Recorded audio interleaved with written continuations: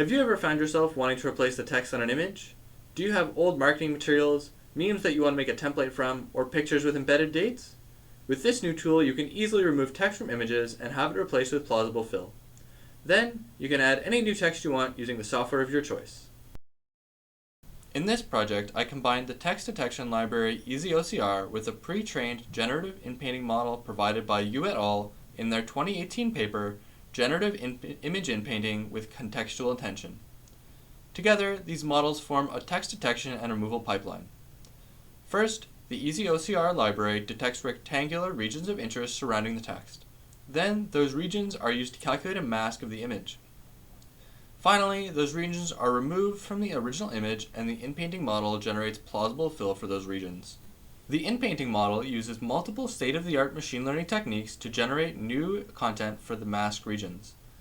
The primary techniques are contextual attention and generative adversarial networks.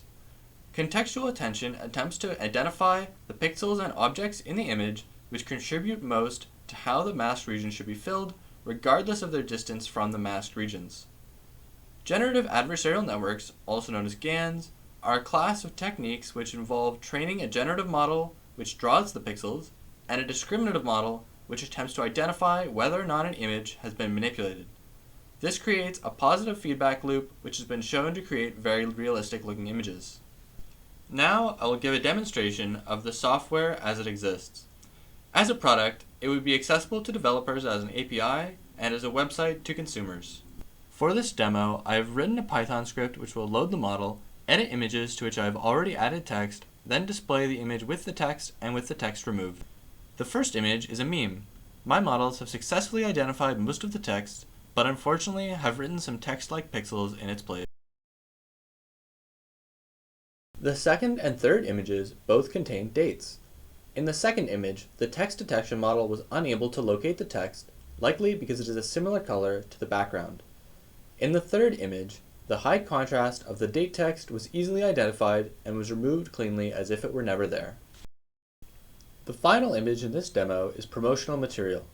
You can see that the text was removed with only small artifacts remaining, which would be easily covered up by the new text.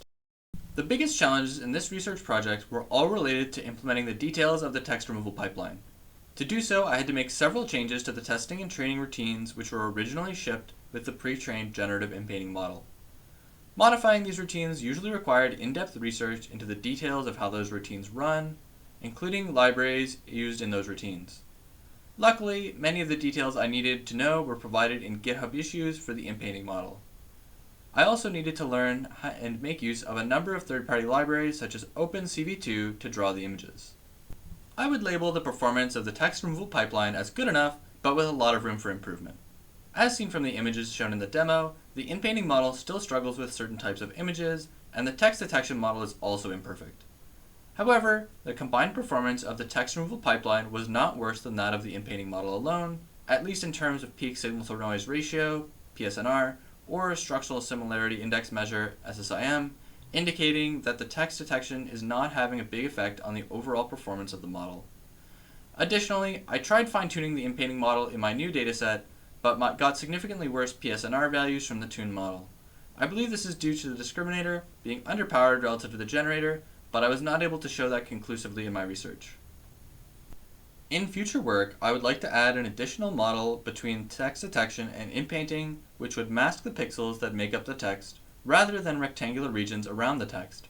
I believe this would result in significantly better inpainting performance.